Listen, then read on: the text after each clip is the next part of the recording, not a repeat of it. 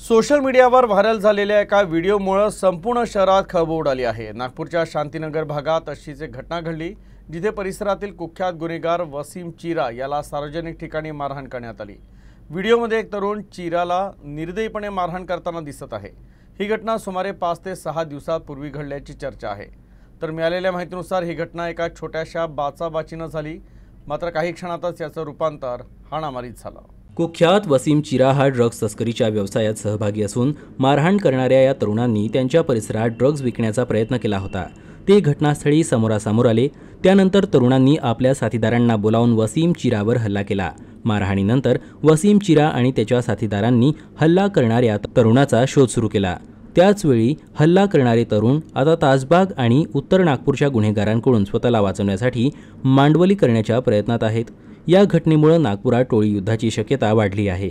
अद्याप पोलिसांकडे कोणतीही औपचारिक तक्रार दाखल झाली नाही, परंतु जर वेळीच कारवाई केली गेली नाही तर प्रकरण गंभीर वळण घेऊ शकतं।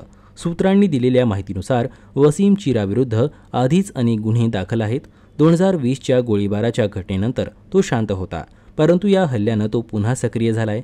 31 जुलै रोजी वसीम चिरा यांनी परिसरात एका तरुणाला मारहाण केली आणि त्याच्याकडून 50,000 रुपयांची खंडणी मागितली। हे प्रकरण शांतीनगर पोलीस ठाण्यात पोहोचलं, तरीही वसीम चिराला अद्याप पोलिसांनी पकडलं नाही आणि हा व्हायरल व्हिडिओ त्या घटनेनंतरचा असल्याचं सांगितलं जात आहे।